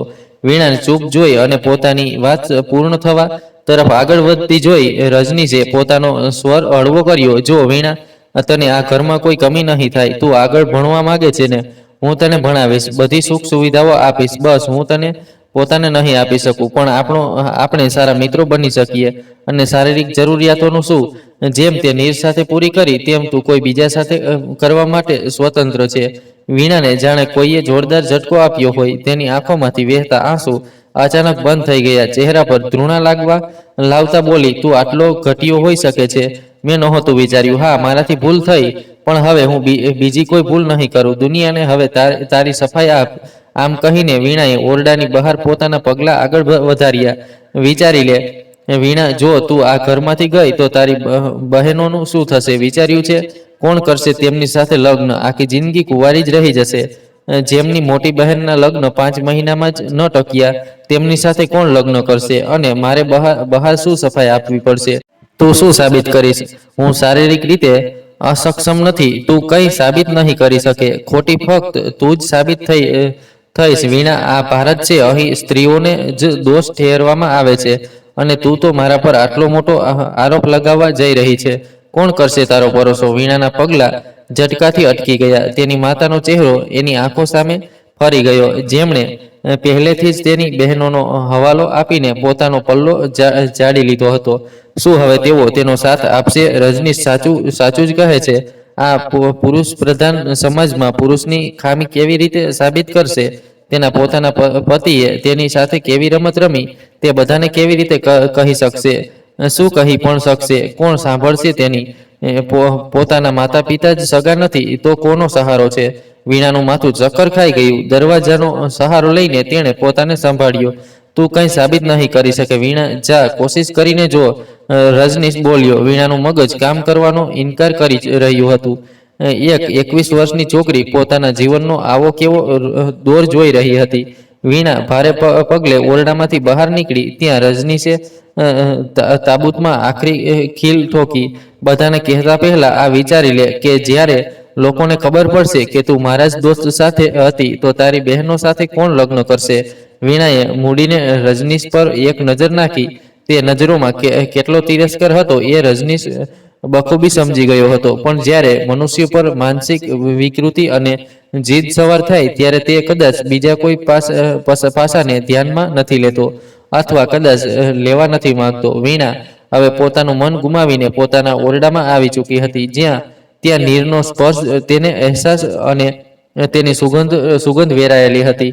વીણા ન ઈચ્છવા છતાં રડી પડી. તેનું મન એ સ્વીકારવા તૈયાર જ નહોતું કે નીરની આંખોમાં જે પ્રેમ તેને પોતાના માટે જોયો હતો, તેના સ્પર્શમાં જે કોમળતા તેણે પોતાના માટે અનુભવી હતી, શું તે કોઈ બીજાના કહેવાથી આવી શકે? નીરે તેને કહેલું એક એક વાક્ય, એક એક શબ્દ આ ક્ષણે તેના કાનમાં ગુંજી રહ્યું હતું, અને સાથે ગુંજી રહ્યો હતો એક અપરાધ જે તેનો પોતાના માટે હતો. કેવી રીતે તે આ બધું કરી શકી? બસ આ જ પ્રશ્ન વારંવાર તેને સતાવી રહ્યો હતો. કેમ પોતાના પર કાબુ ન રાખ્યો? કેમ પોતાની એકલતા સામે લડી ન શકી? કેમ પોતાની આંખોની શુષ્કતાને સંભાળી ન શકી? કેમ પોતાને રોકી ન શકી કે આમ ઉપયોગ થવાથી શું ખરેખર નીરે તેનો ફક્ત ઉપયોગ જ કર્યો? પોતાને દોષી સ્વીકારતા વીણાએ આ ઘરમાં પોતાને સમર્પણ કરવાનો નિર્ણય લઈ લીધો. સમય વીતતો ગયો. વીણાની હાલત પહેલાથી પણ ખરાબ હતી. નીરના આવ્યા પહેલા વીણા ફક્ત પ્રશ્નોના ઘેરામાં હતી, પણ હવે જ્યારે તેને બધા પ્રશ્નો જવાબ મળી ગયા, ત્યારે બીજા ઘણા પ્રશ્નો તેની સામે મોઢું ફાડીને ઊભા હતા, અને સાથે હતો કેટલાક પશ્ચાતાપ પણ. આજે તે ઘણીવાર બારી પાસે બેસીને એ રસ્તાઓને નિહાળતી હતી, જે રસ્તાઓ પરથી ક્યારેક નીર ગયો હતો. તેનો આખો કાફલો બગાડીને તેની સૂની આંખો હવે વધુ સૂની થઈ ગઈ હતી. ન તો યોગ્ય રીતે કંઈ ખાતી, ન કોઈની સાથે કંઈ બોલતી. બસ એક મશીનની જેમ કામોમાં પોતાને ઝોંકી દીધું હતું. રજનીશનો કાફલો હવે ઘરમાં રાતે થોડો વહેલો ઠેરવા લાગ્યો હતો. સમાજના ડરથી એક જ ઓરડામાં રહેવા મજબૂર હતા. આ પતિ પત્ની નિર્દોષ અજાણ્યાઓની જેમ રાતો કાપતા હતા. રજનીશે શરૂઆતમાં વીણા સાથે મિત્રતા બાંધવાનો પ્રયાસ કર્યો, પણ તેની આંખો જોઈને તે એવો ડરી ગયો કે પોતાના પગલાં પાછા ખેંચી લીધા. નીરનો પતો ન ચાલ્યો કલાવતીજી આશ્ચર્યમાં હતા. નીરનું આમ ચાલ્યું જવું, વીણાનું આમ વિખરાઈ જવું તેમની સમજણની બહાર હતું. જ્યારે તેમને કુંવર સાહેબ સાથે આનો ઉલ્લેખ કર્યો, તો તેમના મનમાં જે સીટ આજ સુધી ભરેલી હતી તેને આંસુઓનું રૂપ લઈ લીધું. કલાવતીજી કંઈ સમજી શકે તે કોઈ પ્રશ્ન ઊભો કરે તે પહેલા જ તેમણે પોતાની આંખોની નમીને સાફ કરી લીધી હતી. કલાવતીજીના સવાલો પર તેમના હાથોને થામીને વિરામ લગાવી દીધો હતો. પોતાના પતિની ચૂપકીને કલાવતીજીએ ન જાણે વિચારીને સ્વીકારી લીધું, પણ વીણાની ઘૂંટણ તેમને પોતાનો અવાજ બુલંદ કરવા મજબૂર કરી રહી હતી. રજનીશ સાથે વાત કરવાનું તેમણે નક્કી કર્યું જ હતું કે વીણાને પોતાના ગર્ભમાં નીરના અંશનો અહેસાસ થયો. આ ખબર છુપાવવાવાળી ન હતી. જ્યારે રજનીશને આ ખબરનો અંદાજ આવ્યો, તો પોતાના બધા કર્મોને છુપાવતા અને બધા સવાલોના જવાબો તેને મળતા નજરે પડ્યા. આજે આખો મહેલ ખુશીઓથી ઝગમગી રહ્યો હતો. કલાવતીજી વીણાની બલૈયા લઈ રહ્યા હતા. તેના મુખની સૂકી રંગત જોઈને માનસિંહજી કંઈ ન સમજતા પણ બધું સમજી ગયા હતા. જ્યારે તેમણે રજનીશ પર એક તીખી નજર નાખી, તો તેના ચહેરા પર વિજયી મુસ્કાન હતી.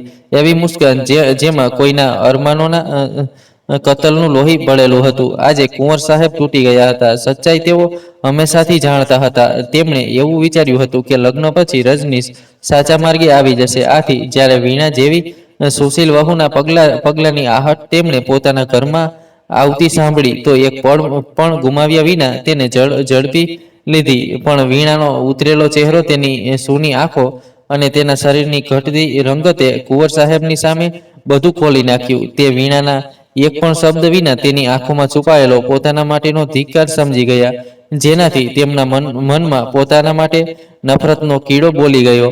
જે ક્રિયા તેમણે પોતાના ઘરની ખુશહાલી માટે કરી હતી, તેની આવી પ્રતિક્રિયા જોઈ તેમનું મન બેસી ગયું, જેનું પરિણામ તેમના મૃત્યુના રૂપે સામે આવ્યું.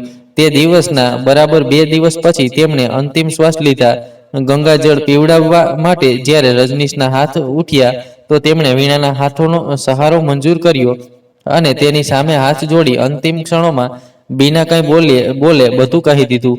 વીણાની તરફ નિસહાય નજરે જોતા કુંવર સાહેબ સિધારી ગયા. તેમની નજરોએ વીણાને મજબૂર કરી દીધી. જે બાળકને તેણે ખતમ કરવાનો નિર્ણય લીધો હતો, તે જ બાળકને આ દુનિયામાં લાવવા માટે તે નજરોએ તેને વિવશ કરી દીધી. પોતાની કોખમાં પલતા બાળક પ્રત્યે ધૃણા લઈને તેને પોતાની કોખમાં પોષી રહી હતી. આ ધૃણા તે બાળક પ્રત્યે હતી, નીર પ્રત્યે હતી કે પોતાના પ્રત્યે, તે ક્યારેય નક્કી ન કરી શકી. કુંવર સાહેબના જવા પછી વીણા અને તેનું બાળક જ કલાવતીજી માટે બધું બની ગયું. તેમને તો એટલું જ ખબર હતું કે તે તેમનું લોહી છે. તેમના પરિવારનું લોહી. તેમણે દરેક સંભવ પ્રયાસ કર્યા વીણાને તે દિવસોમાં ખુશ રાખવાનો, પણ તેઓ સફળ ન થઈ શક્યા. વીણા દિવસે દિવસે ઘટતી જતી હતી. તેના જીવનમાં ફેલાયેલી ઉદાસીનતા વધતી જતી હતી. બાળક તેના આગમનની અંતિમ અસ્વસ્થતામાં હતું. શરીર અને મનથી નબળી વીણા હવે દરેક ક્ષણે ગભરાતી હતી. તેને ક્યાંય ચેન નહોતું પડતું. આવા સમયે પણ રજનીશને ઘરમાં ન જોતા કલાવતીજીનું લોહી ખુલી જતું. તેઓ ન સમજી શકતા કે કેવી રીતે કોઈ પોતાના બાળક પ્રત્યે આટલું બેફિકર હોઈ શકે. આખરે કલાવતીજીએ વીણાનું મન બહેલાવવા પ્રયાસમાં રજનીશની સ્ટડીમાં ઉપલબ્ધ આધ્યાત્મિક અને મનોરંજનની કહાનીઓનો રસ્તો તેના માટે ખોલી દીધો. રજનીશની સ્ટડીમાં કોઈ પગ મૂકવાની પણ પરવાનગી નહોતી, પણ તેમ છતાં કલાવતીજીએ વીણાને ત્યાં રોકાઈને વાંચવા કહ્યું. તેઓ જાણતા હતા કે વીણાને વાંચવાનો શોખ છે. વીણા હવે ઘણીવાર સ્ટડીમાં બેસી રહેતી અને થાકી જવાની કગાર સુધી તેને કહાનીઓ, કિસ્સા સંભળાવતી. જ્યારે તે સાંભળીને તેના હોઠો પર એક હળવી કિરણની મુસ્કાન તરતી, તો કલાવતીજી નિહાળ થઈ ઉઠતા. તેમણે એટલી હદે પોતાને વીણામાં ખોવી દીધું હતું કે ઘર પરિવારની તેમને કોઈ સૂઝ ન રહી. રજનીશનું મન બિઝનેસમાં છે કે નહીં, તે કેવી રીતે કામ ચલાવે છે તેની ફિકર તેમને થઈ જ નહીં. એક દિવસ જ્યારે વીણા કહાનીઓ સંભળાવતા સંભળાવતા સૂઈ ગઈ, તો સમય કાપવા માટે કલાવતીજીએ સ્ટડીમાં અન્ય પુસ્તકો જોવાનું શરૂ કર્યું. થોડી વારમાં તેમણે રેકમાંથી એક પુસ્તક ખેંચ્યું, તો તેની ઉપર રાખેલી એક ફાઇલ નીચે પડી. તેમાંથી એક કાગળ બહાર નીકળીને ખસી ગયો. કલાવતીજીએ તેને ઉપાડ્યો અને એક પળ માટે તેમની આંખો સામે અંધારું છવાઈ ગયું. હોલમાં તે કાગળ હાથમાં થામીને બેઠેલા કલાવતીજી જાણે હાંફી રહ્યા હતા. તેમની નજર દરવાજા પર હતી. વીણા હજુ ઉપર સ્ટડીમાં સૂતી હતી. ઘણીવારની રાહ જોયા પછી લડખડાતા રજનીશના પગલા તે મહેલમાં પડ્યા. સામે બેઠેલા કલાવતીજીને આશ્ચર્યથી જોતા રજનીશ બોલ્યો, આજે સૂઈ નથી માં? તેની એટલી નશામાં હતી કે ઊભો નહોતો રહી શકતો. કલાવતીજીએ જવાબમાં તે કાગળ રજનીશની સામે ધરી દીધો. કાગળ હાથમાં થામતા જ રજનીશનો સમગ્ર નશો હવા થઈ ગયો. બે પળ માટે તેને કંઈ સૂઝ્યું નહીં. ઘણી હિંમત એકઠી કરીને તે ફક્ત એટલું જ બોલી શક્યો, માં. અને એક સન્નાટેદાર થપ્પડ તેના ગાલ પર પડી. રજની આ દેહરીની બહાર ઊભો રહે. ગુસ્સાથી ફાટતા કલાવતીજીએ તેના મોઢા પર દરવાજો બંધ કરી દીધો. તે કાગળ હજુ તેમના હાથમાં હતો. નીરનો પત્ર. રાજ, હું જઈ રહ્યો છું. વીણાને દગો આપવા આવ્યો હતો, પણ પોતાને ગુમાવીને પાછો જઈ રહ્યો છું. તેની સાથે પ્રેમ થઈ ગયો છે. આ દગો હું તેની સાથે નહીં કરી શકું.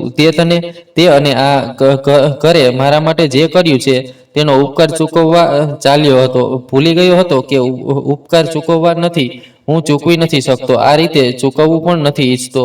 એક મન કહે છે કે વીણાને બધું કહી દઉં, તેને મારી સાથે લઈ જાઉં, પણ પછી તે બાળપણ યાદ આવે છે જે આ ઘરે મને આપ્યું. આ ઘરની ઇજ્જતને ધૂળમાં મેળવી દઉં. શક્ય છે હું મારા સપનાઓનો મહેલ ન બાંધી શકું. જાણું છું કે વીણાને સચ્ચાઈ ન કહેવું ખોટું થશે, પણ શક્ય છે. આ સમયે હું તેની મદદ કરવાની હાલતમાં નથી. આ ઘરની ઇજ્જત મારા પ્રેમ પર હાવી થઈ રહી છે. રાજ, બસ આટલું જ કરી શકું છું કે તેને દગો ન આપું. મારા જવાનું દુઃખ તો શક્ય છે, તે સહન કરી લે, પણ તેનું માન ખોઈને હું જીવિત નહીં રહી શકું. જઈ રહ્યો છું રાજ, મને માફ કરી દે. શ્રીમતી વીણા. રજનીશ સિંઘની વીણાને ચોરીને લઈ જઈ રહ્યો છું. દરેક ક્ષણે મારી સીનામાં, મારી આત્મામાં. જો શક્ય હોય તો તેને તેનો હક આપી દે. રાજ બહુ ભોળી છે, તે નિષ્કલંક છે. જો શક્ય હોય તો મારા માટે જ બસ તેને તેનો હક આપી દે. ગામની જમીન તારા નામે કરી દીધી ભાઈ. કાગળો તને થોડા દિવસોમાં ડાકથી મળી જશે. અલવિદા હંમેશા માટે. નીર આ પત્ર રાખ્યા પછી નીર પોતાને રોકી નહોતો શકતો. એક આખરી વખત વીણાને જોવાથી તે ઓરડામાં આગળ વધેલા તેના પગલાં શક્ય છે એ ન જાણતા હતા કે જેનાથી પોતાને રોકી રહ્યો છે તે જ નસીબ બની રહેશે. કલાવતીજીએ રજનીશને પોતાના ઘર અને જીવનમાંથી બેદખલ કરી દીધો હતો. રજનીશ પણ હવે બધાને દગો આપીને હારી ગયો હતો. તે ઘરમાંથી નીકળીને તે ક્યાંક ગયો તેની કોઈને ખબર ન પડી. નીરની સચ્ચાઈ જાણીને વીણાના મનમાંથી એક બોજ હટી ગયો. તે બે પળો જે નીર તેનો હતો તે કોઈ છલ નહોતો. આ સંતુષ્ટિએ વીણામાં જાણે જાન ફૂંકી દીધી. જ્યારે તેને નીરની અંજુરીને જન્મ આપ્યો તો તેના મનમાં ધૃણા કે કોઈ પશ્ચાતાપ નહોતો, પણ પ્રેમ હતો, વિશુદ્ધ પ્રેમ નીર પ્રત્યે અને તેના અહેસાસ પ્રત્યે, જે હવે અંજુરીના રૂપે તેની સાથે હતો. નીરનો પતો લગાવવાની કલાવતીજીએ ઘણી કોશિશ કરી, પણ નીરને ન મળ્યું હતું, ન મળ્યો. સમયના પાંખો લગાવીને તે ઉડી ગયો. કલાવતીજીએ વીણાનું ઘર ફરીથી વસાવવાની ઘણી કોશિશ કરી, પણ નીરને પોતાની આત્મામાં વસાવેલી વીણા તેના માટે રાજી ન થઈ શકી. તેણે પોતાનું જીવન નીરની યાદો, અંજુરી, કલાવતીજી અને કુંવર સાહેબના બિઝનેસને સમર્પિત કરી દીધું. રજનીશે જે બિઝનેસનો બંટાધાર કર્યો હતો તેને વીણાએ લડખડાતા આખરે સંભાળી લીધો.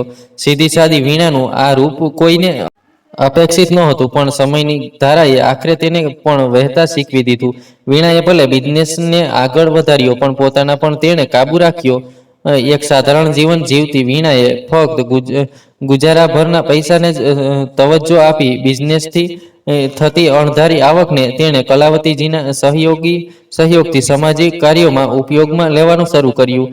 તેની શરૂઆત તેણે નીરના સપનાઓને પૂર્ણ કરવાથી કરી. તેની ગામની જમીન પર એક અનાથાશ્રમ અને વૃદ્ધાશ્રમ ખોલ્યું. તેને સંચાલન કરવાની જવાબદારી કલાવતીજીએ સંભાળી હતી. આજે તે અનાથાશ્રમ અને વૃદ્ધાશ્રમની ઘણી શાખાઓ વીણા ઘણા શહેરોમાં સંચાલિત કરી રહી હતી. નીરના નાનકડા સપનાને તેણે બહુ મોટું રૂપ આપી દીધું. આજે નીર જેવા ન જાણે કેટલા બાળકોને તે અનાથાશ્રમમાં સહારો મળી ગયો હતો, અને ન જાણે કેટલી વૃદ્ધ આંગળીઓને કોઈ લાડકી મળી ગઈ હતી. આજે પણ વીણા નીર સાથે વાતો કરતી હતી, તેને પોતાની નજીક અનુભવતી હતી. તેણે જે અમૂલ્ય જીવનનો સમય તેને આપ્યો હતો તેની યાદોને તે પોતાનો કિંમતી સમય આપી રહી હતી. આજે પણ તેની એકલતામાં નીર તેની સાથે હતો. તેના હાથોમાં પોતાનો હાથ આપી, તેની આંગળીઓ વચ્ચે પોતાની આંગળીઓ ફસાવી, તેના પગમાં આજે પણ તેને એ જ એક પાયલ પહેરી હતી. તેનો બીજો હિસ્સો ન જાણે ક્યાં અને કેવી હાલતમાં નીર સાથે હતો. પાછળથી આવીને ગળે લાગતી અંજુરીએ વીણાને પાછી વર્તમાનમાં લાવી પટકી. આંખોના ખૂણાને પહોંચતી વીણાએ અંજુરીને હસીને જોયું તો પોતાની માની આંખો વાંચતી અંજુરીએ પૂછ્યું, પપ્પાની યાદ આવે છે? વીણાએ નામાં ગરદન હલાવી તો અંજુરીએ તેને ગળે લગાડી અને બોલી, હવે રજનીશે ઘર છોડી દીધું તો અંજુરી પર સવાલ ન ઉઠે. આથી કલાવતીજીએ તે ઘર છોડી દીધું હતું. રજનીશની બુવા પાસે બીજા શહેરમાં વસાવટ કરવા ગયેલા કલાવતીજીએ તેમને રજનીશની ગેરહાજરીનું કારણ તેના મૃત્યુ તરીકે બતાવ્યું, જેને સરળ હૃદયે બુવાએ માની પણ લીધું. કલાવતીજી અનાથાશ્રમમાં વ્યસ્ત રહેતા તો આવા સમયે બુવાજીએ પોતાના વૃદ્ધાવસ્થામાં પણ વીણા અને અંજુરીનું ખૂબ ધ્યાન રાખ્યું. આથી જ વીણાની તેમની સાથે આત્મીયતા વધી ગઈ. દુનિયાની સામે અંજુરીને રજનીશનું નામ આપી દેવાયું. અંજુરીને પણ ક્યારેય સચ્ચાઈ કહેવાની હિંમત વીણા ન જુટાવી શકી. તે પણ રજનીશને જ પોતાનો પિતા માનતી રહી.